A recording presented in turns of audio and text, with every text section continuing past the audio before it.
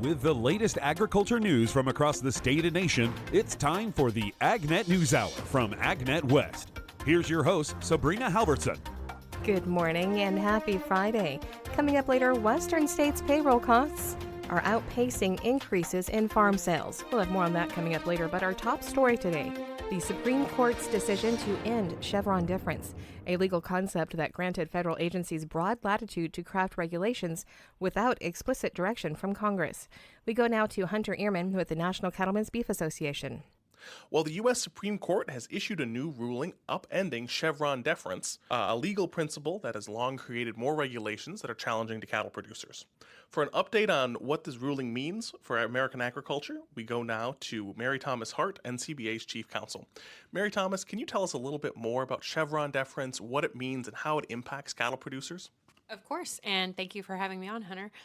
Chevron deference is a concept that was born out of a Supreme Court decision way back in 1984.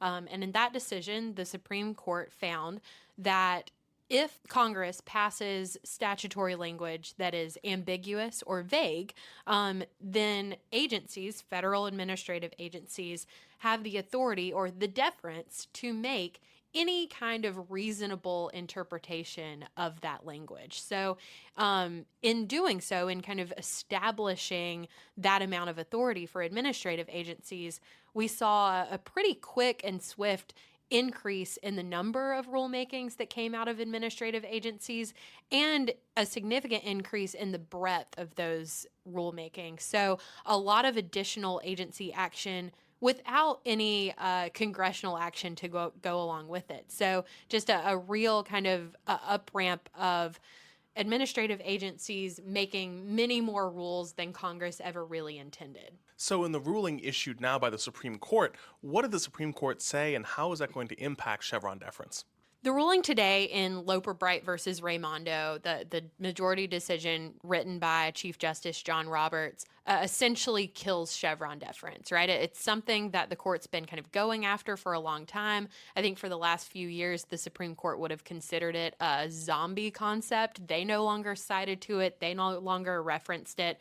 But I think the court acknowledged that in order to make sure that lower courts weren't utilizing that standard, in order to make sure that agencies no longer felt like they could utilize that standard, they needed to kind of formally put an end to the concept of Chevron deference. So in the decision today, Chief Justice Roberts pulls back that concept of Chevron deference, which means that agencies will no longer have the authority to just kind of make willy-nilly interpretations. I'm doing air quotes, you can't see them, but willy-nilly interpretations of vague statutory language. And then I think the kind of down the road effect of that is that it puts the burden back on Congress to craft specific mandates to agencies in a place where they want those agencies to act.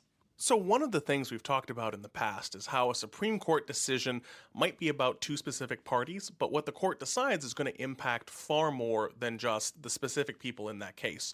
So can you tell us a little bit more about what the specific people in the case were and how this decision is going to impact people even outside of those two parties like cattle producers? You're absolutely right. And I do think the facts of this case are really interesting, even though they have absolutely nothing to do with agricultural production or certainly cattle production.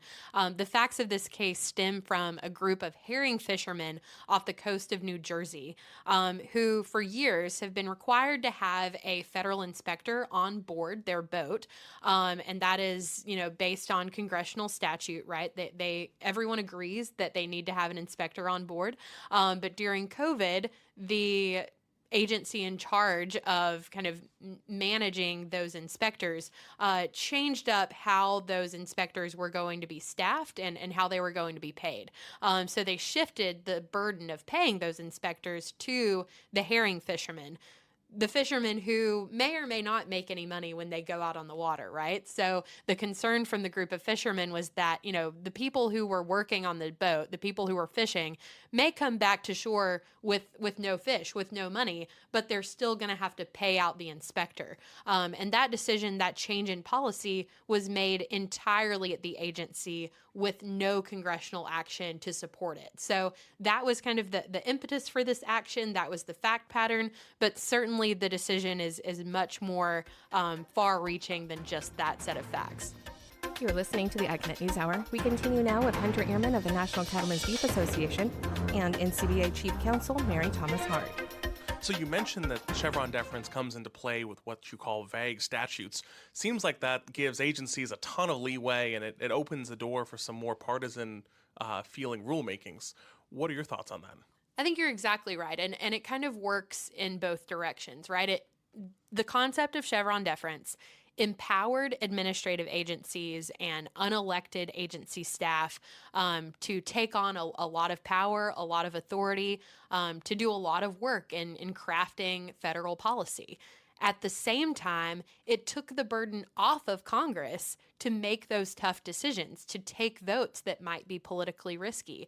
And I would say in the last 40 years, since Chevron deference was kind of formalized, we've seen a significant shift in policymaking from the legislative branch to the executive branch, and Congress really just becoming nothing more than a funding mechanism. So, aspirationally, I think it'll take a while to kind of get back to what we or what the framers intended to be the balance of powers. But I think eliminating Chevron from the equation does a lot in getting us back to Congress being the party that makes the laws, or Congress being the branch that makes the laws or sets policy, and then the executive branch implementing those laws instead of putting bureaucrats in the position of creating policy from scratch. It seems like, especially this year, we've been talking more about regulations than about legislation. We're talking a lot about rules coming from USDA, from the Department of the Interior, from the Fish and Wildlife Service, from the BLM. How are those rules going to be impacted by this court decision? That's a great question. We got the decision from the court less than 20 minutes ago, and it is quite a long decision. So I haven't had a chance to kind of dig into the details of the decision yet. I think one of the big questions that we're going to be asking in this town for the next couple weeks is, how does this apply to rules that are already on the books? There's going to be some work that has to be done. It certainly implicates any rulemakings that are already in process, right? But I think, we're going to have to do some more work to see how this impacts rules that are already on the books, and how this is going to impact future rulemakings. But I would say impacts for the cattle industry kind of run across the government, right? Whether we're talking about environmental regulation at EPA, regulations at USDA, FDA, the Department of Interior, even those, agencies that we've become well acquainted with in the last couple of years, agencies like the SEC. I think it's certainly going to have cross-administration impact. So if you're sitting working at a federal agency now, thinking about putting some rules forward, how is the loss of Chevron deference going to play into your calculation? It's going to play a pretty significant role, right?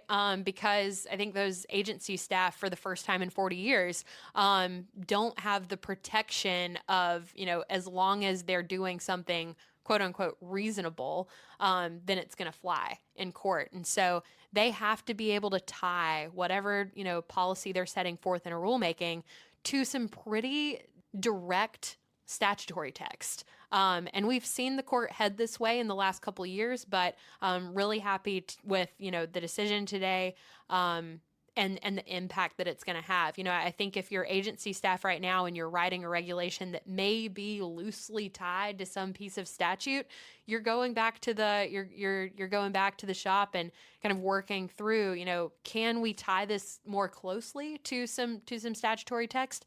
And if not, there's a real risk that final rule gets shot down in court. So from the congressional perspective, how do you think congressional policymaking is going to look different moving forward? If I'm just, kind of looking into a crystal ball, which I don't usually like to do, but, we'll prognosticate that today it's the summer, it's the end of the Supreme Court term. It's an election year. We can have a good time. I think that there's going to be some reluctance at the legislative branch to begin, because you have a lot of people who were elected to Congress under this guise of kind of their job being to maybe fund administrative agencies. And so we have a Congress right now that really isn't used to taking a lot of tough votes, a lot of, politically risky votes. And so there's going to there will be some growing pains, I think, within the legislative branch and on Capitol Hill. And we'll have to get members of Congress or, get members of Congress that are already on the Hill up to speed and comfortable taking those votes, or, a crop of legislators that are comfortable taking those politically risky votes. I'm excited. I'm optimistic, that we can finally kind of restore the balance of powers. But I don't think it's going to happen overnight by any means. I think we've only just seen kind of the force and full effect of Chevron deference, and it took us 40 years to get here. I hope it doesn't take us 40 years to get back, but it's not going to be a quick overnight process. It seems like this has been such a monumental Supreme Court for us with all of these major decisions coming out. WOTUS, now Chevron deference. Is there anything else out there coming that could potentially impact agriculture, or have we seen the most of it?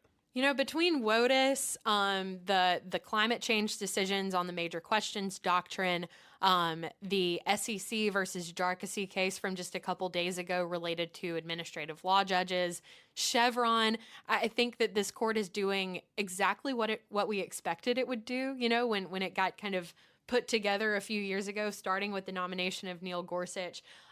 They are taking some very aggressive steps, I would say, in an effort to, like I said, realign the balance of powers, right? And that's certainly helpful, I would say, for cattle producers, agricultural producers, all of rural America. So, I don't know what's coming in the future. I can't quite tell you what's coming down the pike, what we're going to see at the Supreme Court next year. But, man, they've had a busy and incredibly productive couple of years, and certainly happy with the current makeup of the bench. Well, Mary Thomas, how has NCBA been involved in this Chevron deference case? Similar to our involvement in previous Supreme Court cases, we filed an amicus brief with a group of other national business organizations that kind of spans the economy. So not just agricultural groups, but other industries as well, arguing for exactly what we got in the decision today, for Chevron to be overturned. I think recognizing that, we have a lot more certainty and continuity when our federal policy is based in statute and not in rulemakings. One of the things that we cited to in our amicus brief was WOTUS, actually. And WOTUS is much more settled now than it was a year or a year and a half ago.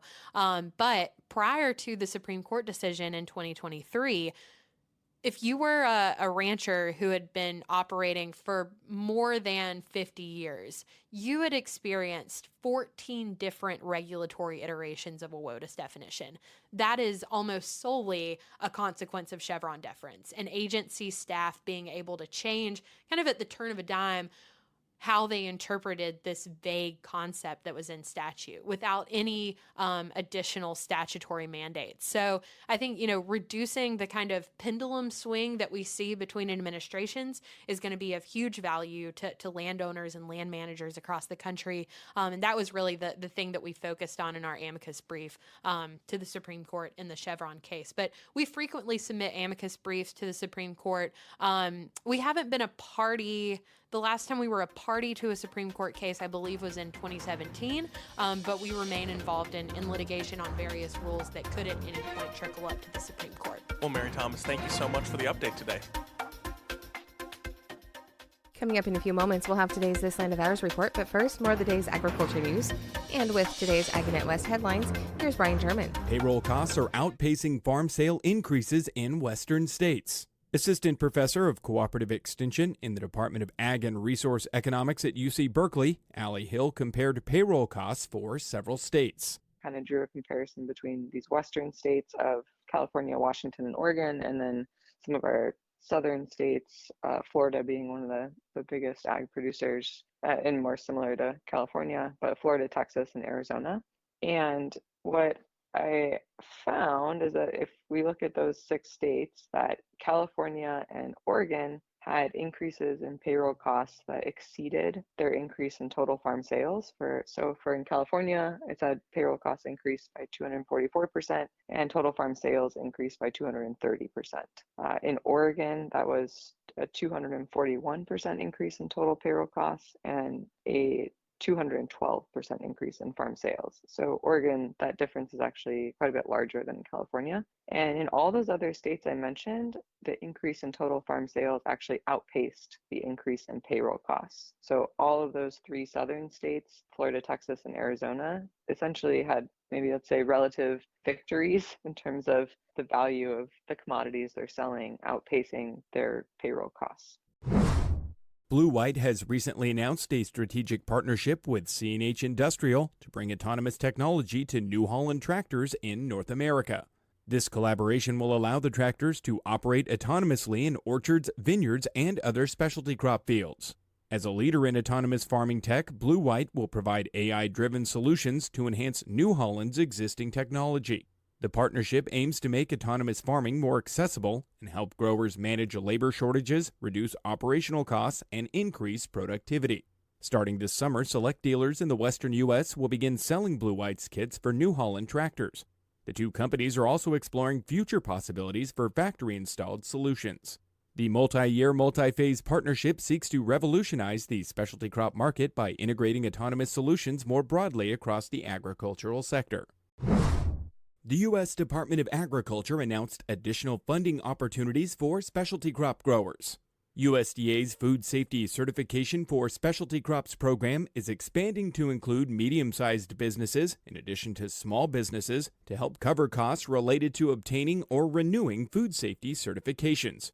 Eligible specialty crop growers will have until January 31st, 2025 to apply for assistance with 2024 expenses.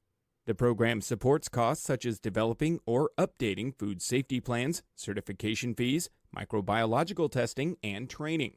Payments will be issued as applications are approved, covering a portion of the certification and related expenses. For additional details about the program, specialty crop growers can visit farmers.gov/food-safety. The U.S. Regenerative Cotton Fund can provide growers with a variety of resources. Program Director Dr. Diana Bagnall highlighted the purpose of the initiative. The U.S. Regenerative Cotton Fund is an initiative of the Soil Health Institute that was started in 2021 with the support of the Ralph Lauren Corporate Foundation, the Walmart Foundation, the VF Foundation, Levi Strauss & Co., Hearst Foundations, and Cotton Incorporated. And so this initiative is aimed at empowering farmers and their trusted advisors with the tools and information and the networks they need to successfully adopt regenerative soil health practices. If growers are interested in participating in some way, I would say, first of all, just Google U.S. Regenerative Cotton Fund. You'll be able to go to a webpage with all of the economics and soils information. There's a lot of great videos that have locally relevant soil health guidance on them. The California Rice Commission, UC Davis, and the UC Cooperative Extension are hosting the 2024 Rice Quality Workshop in Williams in 2 weeks.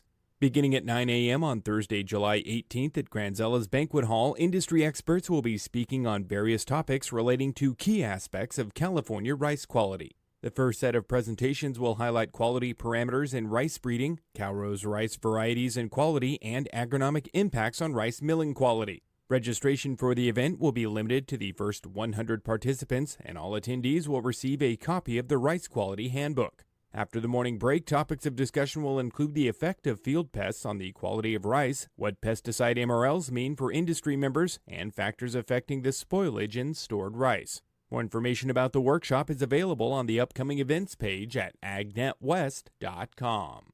I'm Brian German for AgNet West Radio Network.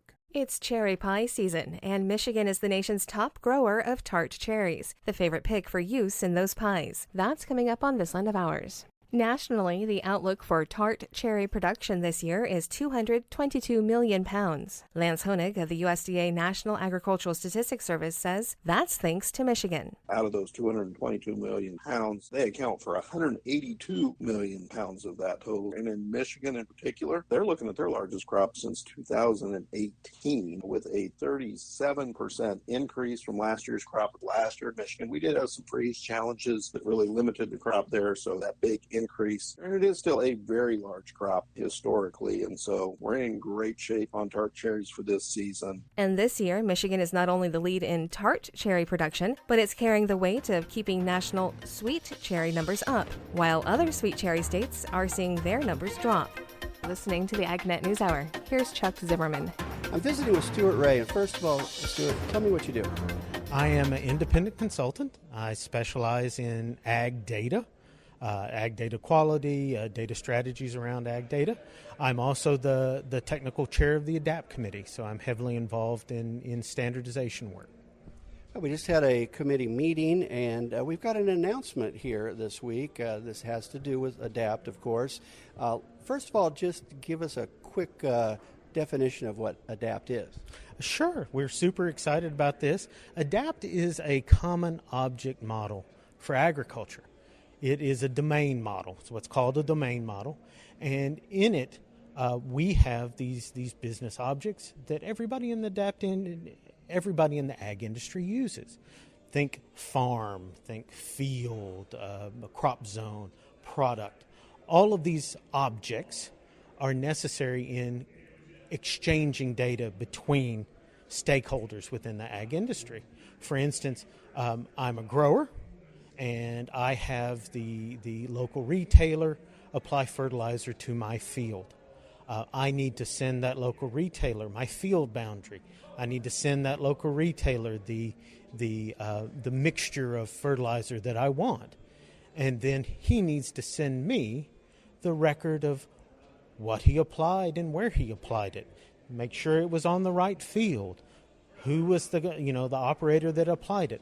All of these things I need for my records, because ultimately that's me applying fertilizer to my field that might have runoff, me using diesel fuel that might have a carbon impact. All of these things I have to be concerned about as a grower now. And so ADAPT is a language for communicating that data and moving it between participants. Well, when I said announcement, we have an ADAPT version 1 that has been published now. What does that mean? Well, we have the ADAPT framework, which originally was released in 2016, and it was a limited model in that you had to have very specific technologies to use it. We had feedback from that. There were a lot of people that were wanting to use it, but it didn't coincide with their tech stack. And so what we've done over the past 4 years at this point, we started this effort in 2020, and COVID got in the way, as all things. But what we've done is we simplified that model, and we've made it language agnostic. So regardless of what development language that a piece of software uses for your lab information system or your farm management system, regardless of what programming language that's written in, you can use the standard to express your data.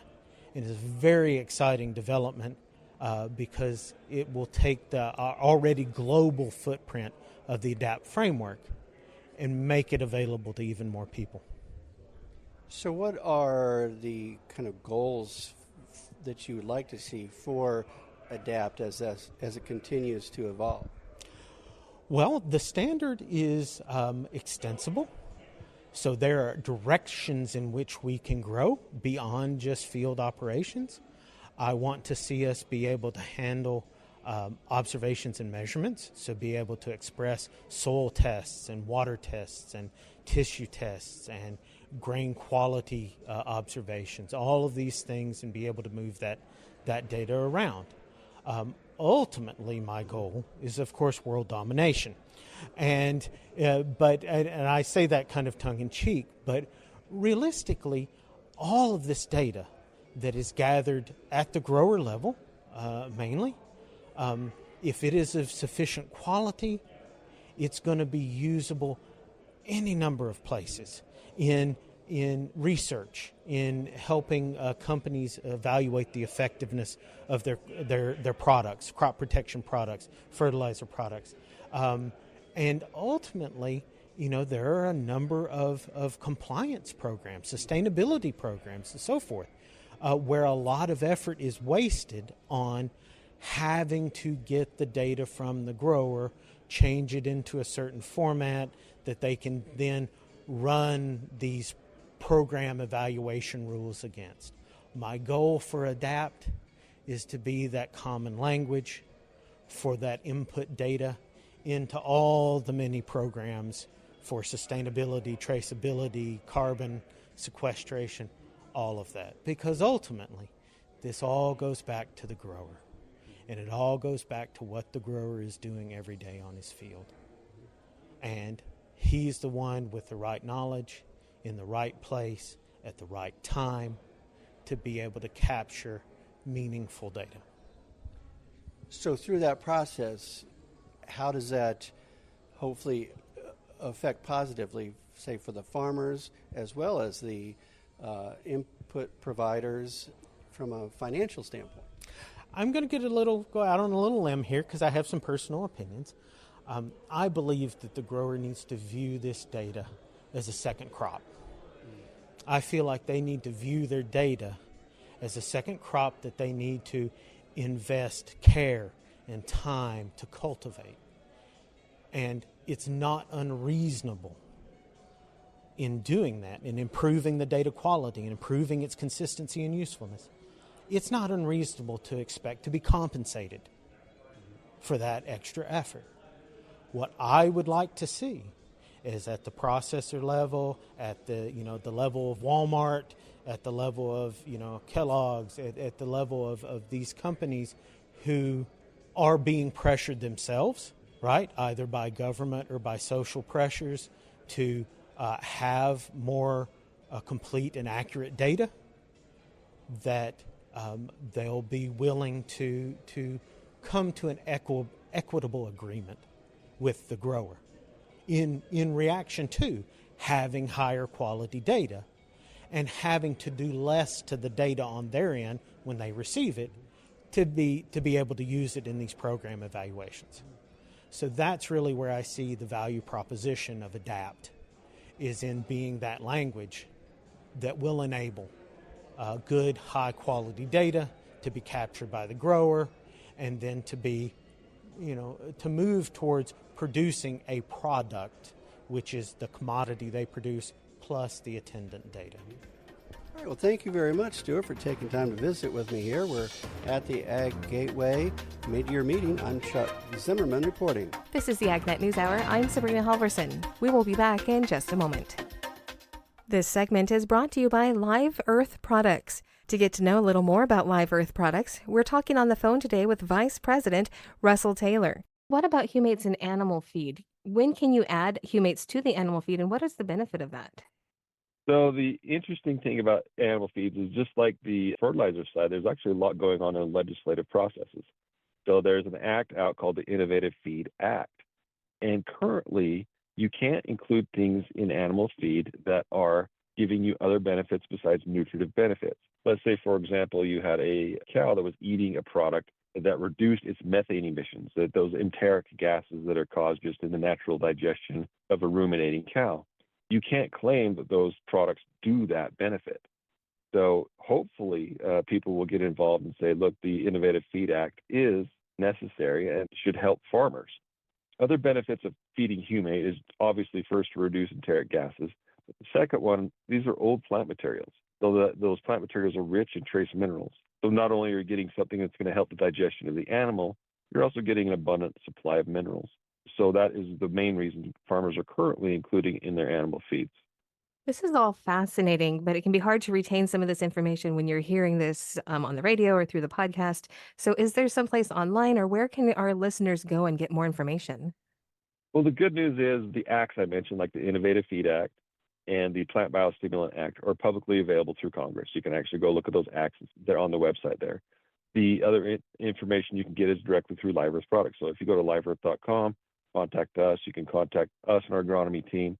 And we're happy to go over any details, questions about how to use these products, how they fit your farm program, how to use them as a tool to implement conservation practices such as nutrient retention, water conservation, and improving soil health. To get to know more about Live Earth Products, you can visit them online at liveearth.com. That is spelled LIVEARTH.com. Welcome back to the AgNet News Hour. Here is today's featured interview. I'm Genevieve Byrne. I'm a professor of law at Vermont Law and Graduate School in the Institute for Energy and the Environment. we wanted to talk today about farms moving away from fossil fuels and going to electricity and what's involved with that. So it's interesting that with you being from a law school, that this is the topic that we're on. Tell me how those are connected. Well, to decarbonize our electric grid and meet our goals regarding emissions reductions, we need policy. So as a law school, we are working on law and policy around electrification. This project was funded by the United States Department of Agriculture, National Agricultural Library. And so we decided to look at electrification on farms and how policy solutions can really accelerate that. At the moment, do we have any policy toward moving off of the coal? Well, we do. Lots of states have goals about, improving the amount of clean energy that they're using. But we were focusing in this project specifically on utility programming. Utilities are really the gateway to the electric grid. And so the policies around utility regulation and what programs they are offering can make all the difference in how fast we're going to decarbonize different areas. And utility programs, for the most part, have been focusing on commercial and residential customers.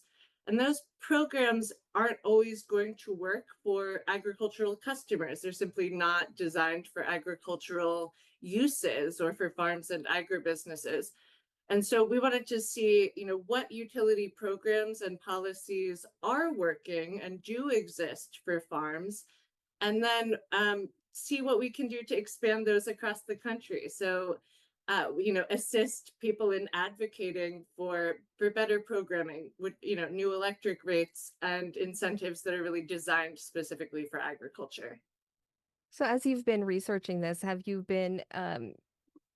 are you getting a lot of good response, from the people that you're talking to? I know that in our current administration, they have a real focus on the infrastructure around the nation and improving things for rural areas. I hear a ton about rural broadband, but I don't hear a lot about rural areas and electricity and the electrical grid and improving those things. Are you hearing about success, or you feel like it's moving in the right direction, I guess, is what I'm trying to ask. So grid infrastructure is one of the biggest challenges to rural electrification. However, there are some programs that are, federal programs that are directing money toward rural electrification, and it's been the focus of several states as well. And what would you like to see happen from here out? I think I would like to see, utilities and policymakers thinking about specific customers as they are designing these programs. It's not a one size fits all solution across the country. Here in Vermont, we have programs that are targeting maple sap production. I think I'd like to see advocates. I'd like to see agricultural advocates. So state extension offices and nonprofits and farms and agribusinesses themselves, alongside policymakers and utilities, really thinking about what's happening locally. So what is the agricultural production happening in your district? Is that dairy production? Is that grain drying? Is that maple syrup production? Because the programming really has to match the agricultural end use for any policy regarding electrification to be successfully implemented. So, with that in mind, in an area like California, which is one of the areas that I broadcast in, which has such a diverse diverse agriculture, I guess, around the state, is that more challenging to get the policies put in place? Of course, it's more challenging, but there are end uses that are, widely occurring across farm types. So in California, we've seen some very interesting programming around irrigation. Irrigation is something most farmers are doing almost every day. And we've seen, interruptible irrigation programs, meaning that the electric utility will provide an incentive to allow installation of a device to turn off your irrigation pump when the grid is too congested. Um, and some programs will charge an opt-out fee if the farmer decides, my crops really need water. I don't want to turn off this irrigation pump. And Valley Clean Energy out in California has a program called AgFit for irrigation that has helped to solve that problem. They're using a time of use incentive along with like a phone app, so the farmer can check their phone, see whether the cost of irrigation is going to be high or low, and then make an informed choice about, crop health and energy costs. And so that app might say, hey, wait 30 minutes to irrigate, and the impact to the grid is going to be lower, and you're going to be saving money not only for your own electricity costs, but for ratepayers over across California, because you're reducing demand on the grid during a peak period. So relatively small changes like that across, a wide variety of farmers can really make a huge difference for grid management and energy costs, not just for the farmer, but for the utility and for other ratepayers. So, to get this type of change to happen, where we are seeing more electrical use around the farm, how do we get there? Well, policy is one of the ways we get there. Having utilities create agricultural specific programs. And I think that is about better conversations between the utilities, agricultural producers in the state, and liaisons. We've seen some great work at different energy efficiency utilities and electric utilities where they are employing agricultural specific experts, both to communicate with farms and agribusinesses and really understand the timing of different agricultural uses, the impact of those, and explaining in the other direction the various benefits of different utility programs for the farm. So I think that two-way communication between utilities and producers and policymakers is one of the keys to improving electrification on farms. So, for my listeners who are hearing this and they know that it's important, what can they do to get involved? Well, you can always contact your legislator. I think constituent support for these programs is really important. Farms are facing enough challenges as it is, given climate change and extreme weather events and costs. This doesn't just impact the farmers, but the whole food chain. There are corporate sustainability, goals that are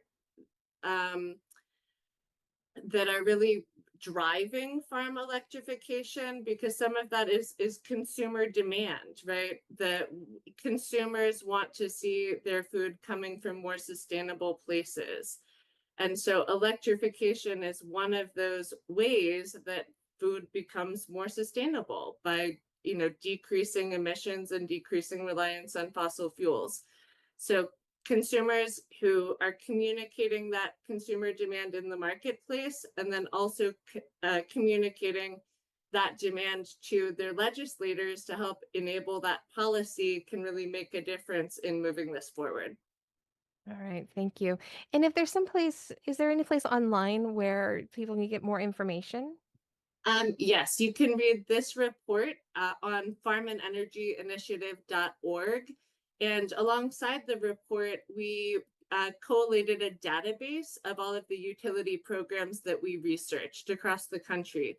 So you can see whether utilities in your area are offering special rates or incentives for farm electrification. And if you're an advocate, you can get ideas of the kind of programming that you could advocate for in your own community. You're listening to the AgNet News Hour. Now for more news. There's one critical food safety step that many outdoor grillers either forget or ignore. Here's Gary Crawford. Most of us outdoor grillers do most everything right. We use a food thermometer to make sure we've cooked meat and poultry to a bacteria-killing temperature. We use one set of platters and utensils to handle raw meat and poultry, a different set for the cooked product. But there's still a way to mess up things, right? Yep. Meredith Carruthers, Agriculture Department food safety expert, says most of us mess up by not washing our hands when we should. She says in a cookout situation, we need to wash our hands immediately after each time that we've touched any raw meat or poultry products, because bacteria from them will likely end up on our hands, and we can unknowingly spread it to anything we touch, other foods, doorknobs, countertops, phones. It's crazy what your hands can move around. Yes, and it's not like that bacteria will die immediately. In fact, certain bacteria can live on surfaces for like 72 hours. And can cause illness days after the cookout, illness that could produce a bit of discomfort. But it could also be as severe as causing death. So hand washing, very important. Gary Crawford for the U.S. Department of Agriculture. This has been today's top agriculture news. I'm Sabrina Halvorson. Thank you for sharing your morning with us. To get more information on the topics you heard today, visit AgNet West online at agnetwest.com. You can also stay connected by following us on our social media at AgNet West on Facebook, Instagram, and Twitter. You can also find our broadcast team of Brian German and Sabrina Halvorson on Facebook and Twitter. Thank you for listening to the AgNet News Hour from AgNet West. AgNet West Radio Network, your primary choice for agriculture news.